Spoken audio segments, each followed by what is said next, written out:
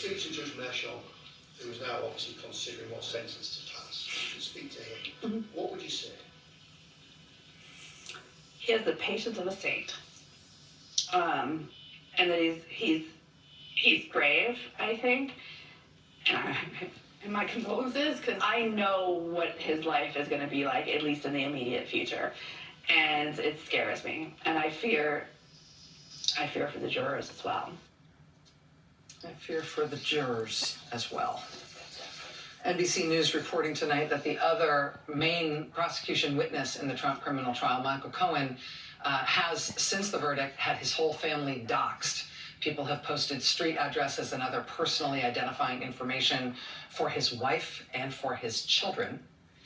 NBC News also reported that in the immediate wake of the verdict, pro-Trump message boards posted a high volume of violent threats toward both the prosecutor and the judge in the New York case, including what purported to be the home address of District Attorney Alvin Bragg and what purported to be the home addresses of some of the jurors from the case.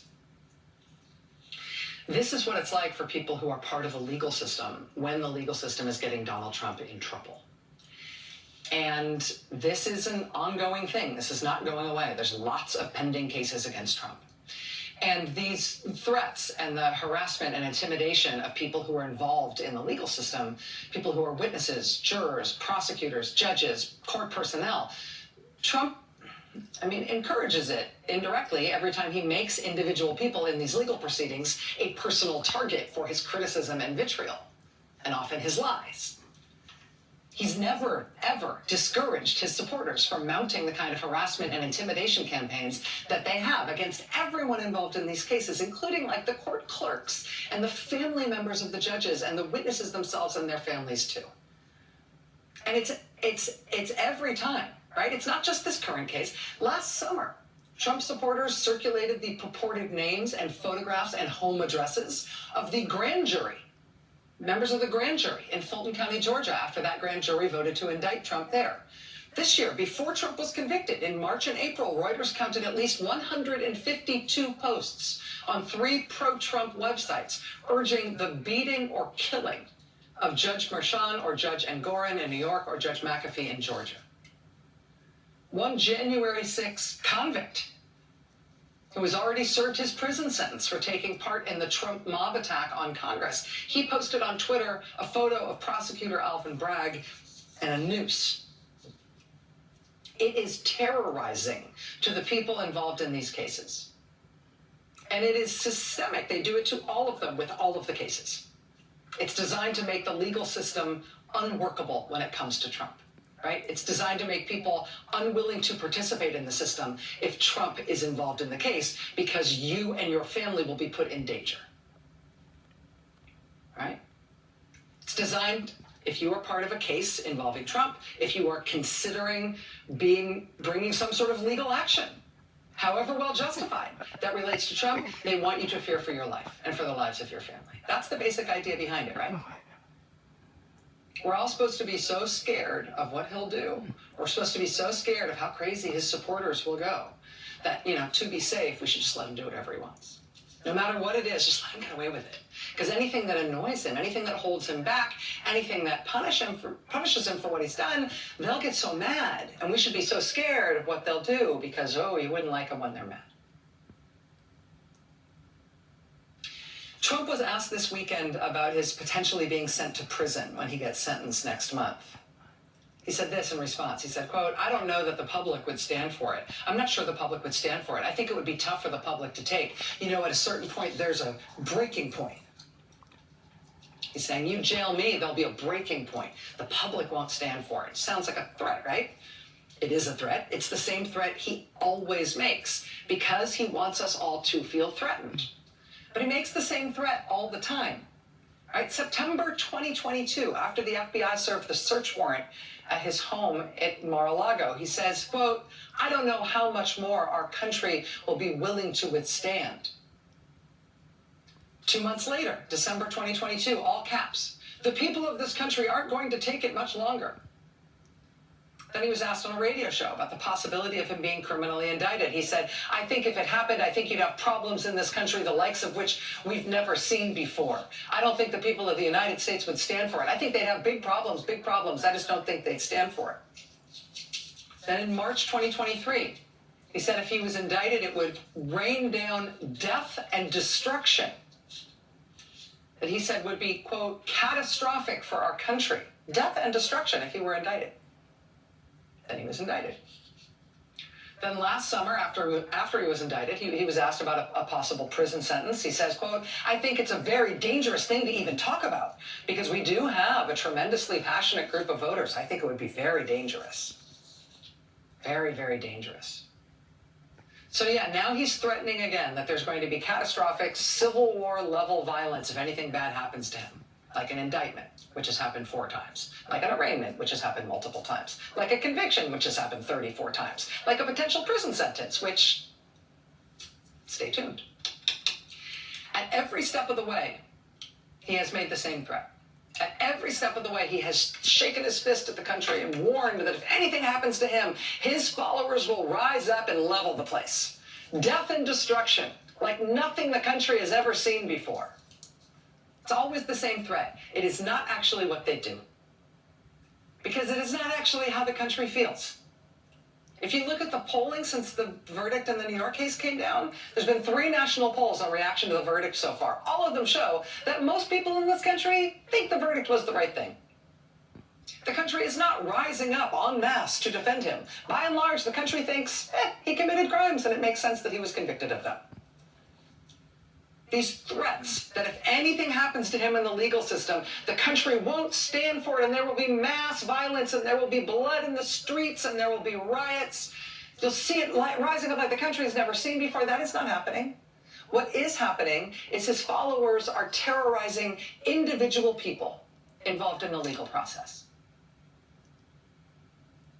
And the Republican Party at the highest level and with almost total uniformity is simultaneously telling the American people that the American legal system is bunk and they shouldn't respect it and they shouldn't trust it.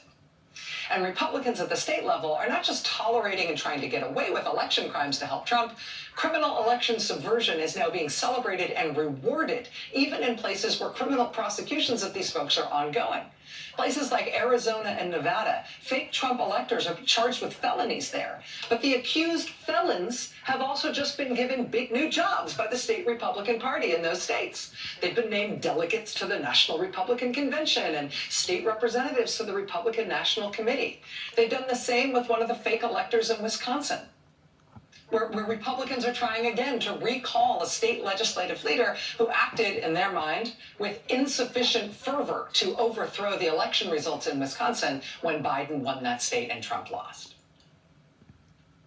I mean, in Nevada, 2 of the state's official electors for the 2024 election will be people who are currently under indictment for what they did as fake electors in the last election. In the Republican Party right now, January 6th defendants are hostages and heroes who will be fully and immediately pardoned. Fake electors will be new party leaders. Brave souls who said no to the coup, who, people who Democrats and normal people briefly tried to lionize for their bravery, people like, Vice President Mike Pence, they are roundly rejected by their party. While prosecutors and judges and witnesses and jurors are hounded and threatened daily. This is not something about which you can sort of put your head down and wait it out, because these cases are going to go on and on. But we are in a moment where the burden of intimidation and harassment and threat and violence, the burden of what's going on in the Trump movement is terroristic. It's not mass violence. The burden of what is being threatened against our fellow Americans is falling disproportionately on a very small number of people. It's falling on individual people they are singling out to try to pick them off in order to intimidate the whole country. There isn't a civil war. There isn't a riot. I was promised there would be riots if Trump were convicted. There were no riots. There hasn't even been a good-sized pro-Trump protest anywhere in years. They are not using mass action.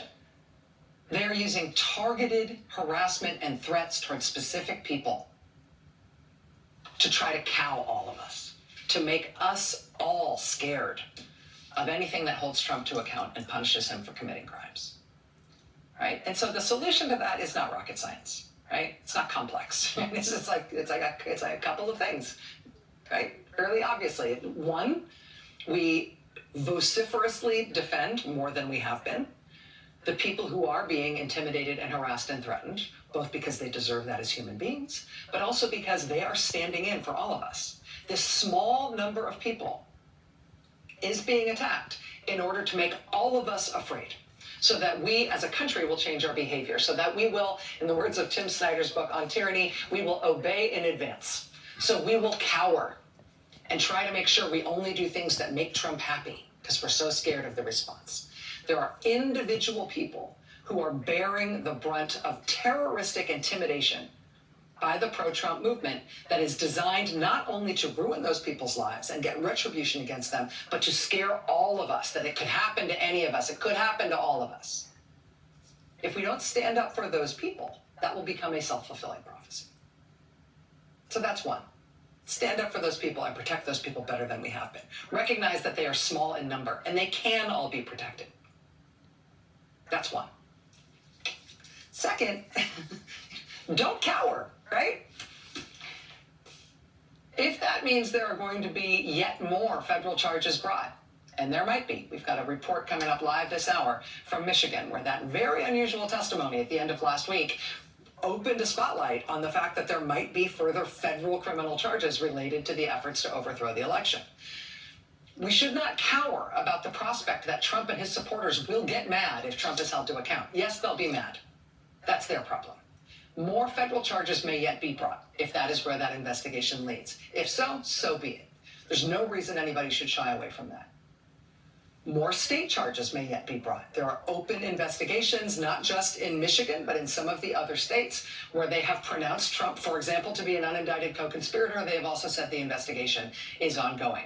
In more states, there may yet be more state charges. If so, if that is where those investigations lead, so be it. There's no reason anyone should shy from that. We are at a moment when the Republican Party says the legal system doesn't work. The criminals are the heroes. Everybody involved in making the legal system work should fear for their lives. Trump says the country will rain down fire if he faces any more legal consequences. The Republican Party is wrong about that, and Trump is wrong about that. Our system is strong. And so we should feel very confident in standing up to protect it. Our system is strong, and so are we.